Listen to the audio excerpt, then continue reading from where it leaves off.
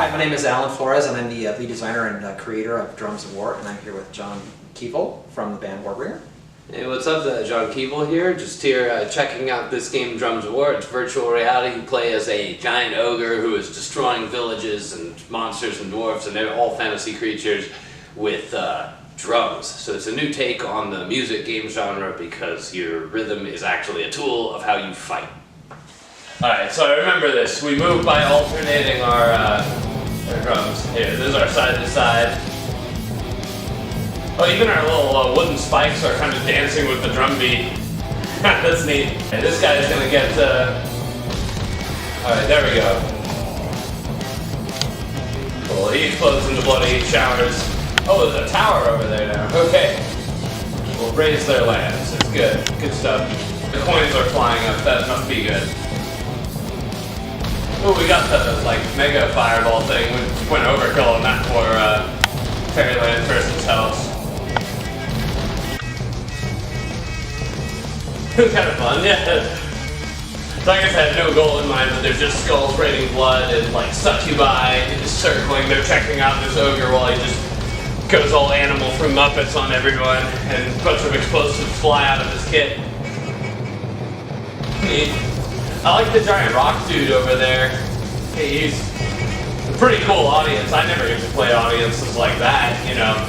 Whoever's got him in his concert really gets to be like, we have the best fans in the world! He's all like, oh. So how does it feel to be playing VR for the first time? Well, it's pretty neat. This is something like we were just talking about. I'd always heard about VR and stuff from when I was a kid, you know, every 90s TV series had the VR episode. And it's neat that the technology's really come as far as I have. I mean, while I was playing the game, I walked into the lamp because I couldn't tell that I wasn't in the game world. And that's kind of neat because ultimately you want, whether movies or games or anything, you want the experience to be immersive, and the VR is a way that really, really kind of by, you know, sort of making all your senses just that. It does that. It's really neat the technology's got where it is, and it allows you to play really differently. Cool. So how did you feel about the playing to the drums and playing to the beat? How did that feel when you were doing that, getting in the game? Well, so I'm a terrible drummer. There's a reason I'm not the drummer in our band, and it's a very good one. No one would want to see a version of the band with me on drums. But what I notice is that you weren't tied to you could kind of just hit whatever because it's also movement control, but if you wanted to move anywhere fast or actually get your ogre to foot around without being like a slug, you have to kind of lock into the rhythm a bit. That took me a second because it was a little tricky for me to get into the rhythm while dealing with trying to sidestep people shooting at me or aim and stuff. But I felt like as I played it, I picked up on it. It felt pretty intuitive. You got your side steps for the side toms, and then sort of the other ones. I found if you could keep sort of a doom boom boom da doom ba kind of thing, pace going, that's how I would move fastest. And that pace roughly seems like about the pace of an ogre's footsteps, so it seems suitable. Awesome, cool. Yeah. So to me, you know, I've always been a big metal fan, so listening to metal is always an inspiration for me when I'm making games. To me, games and metal are sort of the same thing. If you could have a choice of any metal band that could have their own game, what band would you pick? Oh man, that's a tough question. You could pick 5 bands if you want. But 5 bands, because you see, if you were to have each band be its own game, you'd be in different fantasy worlds. So for instance, I don't know, like Ronnie James Dio, the game, you're dealing with a rainbow somewhere, look out for rainbows, and sort of classical fantasy mystery stuff. If you're gonna have I don't know, a fucking pestilence or obituary, the game, you're going to be in a very different kind of setting. So it's I can see what you mean with the metal being tied to games, because one of the things about metal that I always love is whatever it's doing, it turns it to 11 and goes completely over the top. And for that reason, it seems really suitable for game worlds. But hell, dude, I don't even know. I have all these different pictures of my favorite bands and what their game worlds would look like, Rain and Blood would be like a roller coaster through hell, you know?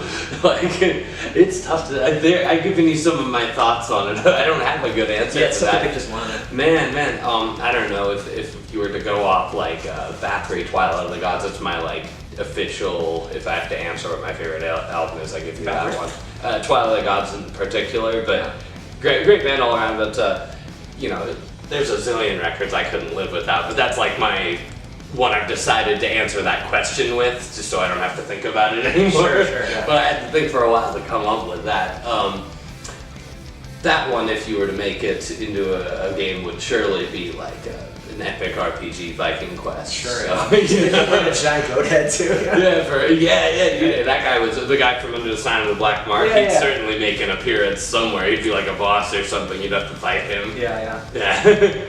Like I've always wanted to, like to me, I almost always listen to Bolt Thrower when I'm making something like this. Oh I yeah. always think about just giant tanks crushing, you know, mountains of skulls and a giant epic war, and I would love to make a game that gets that feeling, you know? I mean, man, Bolt Thrower is a really great example of the whole video game metal connection, because, well, not even video game, but they were doing, you know, Realm of Chaos is based off 40k lore, and Warhammer 40k, the Chaos Gods, and their whole conception, what they are, is extremely metal, as far as I'm concerned. Yeah. And Bolt Thrower is just a fantastic death metal band as well. Cool. Yeah.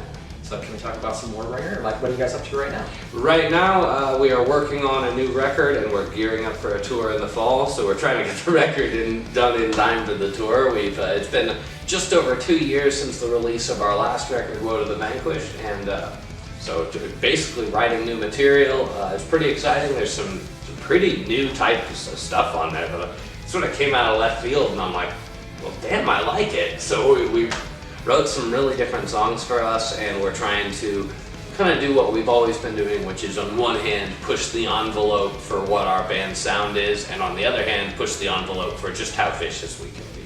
So sort of two types of evolution. We try to keep it grounded in what the band's name and idea is, but with that in mind, push as far as we can in terms of progginess and creativity and just trying to stand out.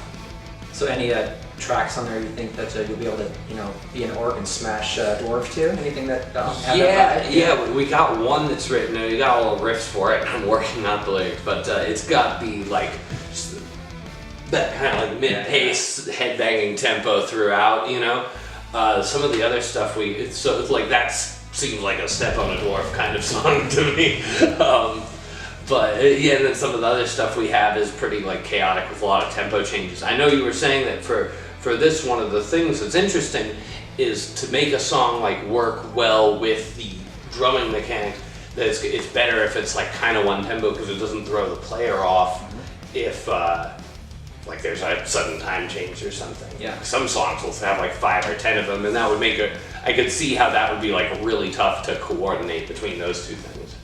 Yeah, totally. Sorry, I'm totally off. No, you're right. No, like it's very strict beat for the main movement. But some of the bonus modes, like the ones that I have, where like survival mode, where it's any speed, drum as fast as you want, fire as much as you want. You know, any type of music will work for those types of modes. Yeah, and then you have just like the jam mode, where it's just like wailing on stuff, and it's just fun. Yeah. A jukebox with the giant rock column as your audience. Dude, I wish I had giant rock columns for my audience. Yeah, if you could play a concert for Rockbiter, I think it would be sweet. Not like Neverending Story 3 Rockbiter, where, you know, he's a joke himself, but the one where he's saying like the deep stuff, like, these were good hands, strong hands, you know, that's it. I wasn't expecting Neverending Story 3 reference there, to be honest. No, there you go. But no, I explicitly said not that one. We're talking fantasy, we're talking the actual proper works, you know, we're talking Conan the Barbarian 1982, not remake, you know, like, gonna do shit right.